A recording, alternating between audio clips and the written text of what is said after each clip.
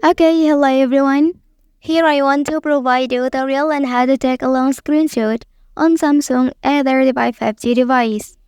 Well, long screenshot allows you to capture the entire content of a web page, document, chat conversation, or any other content that extends beyond a single screen. This ensures you don't miss any important information. So, let's go to the tutorial. Firstly, you have to make sure that the screen you want to capture can be scrolled up and down. Okay, so here simply tap this way, press the down volume and power buttons simultaneously, and directly press down arrow here.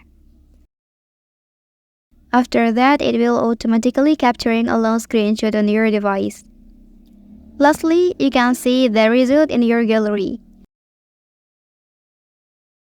Well, that's the tutorial on how to take a long screenshot on Samsung A35 5G device.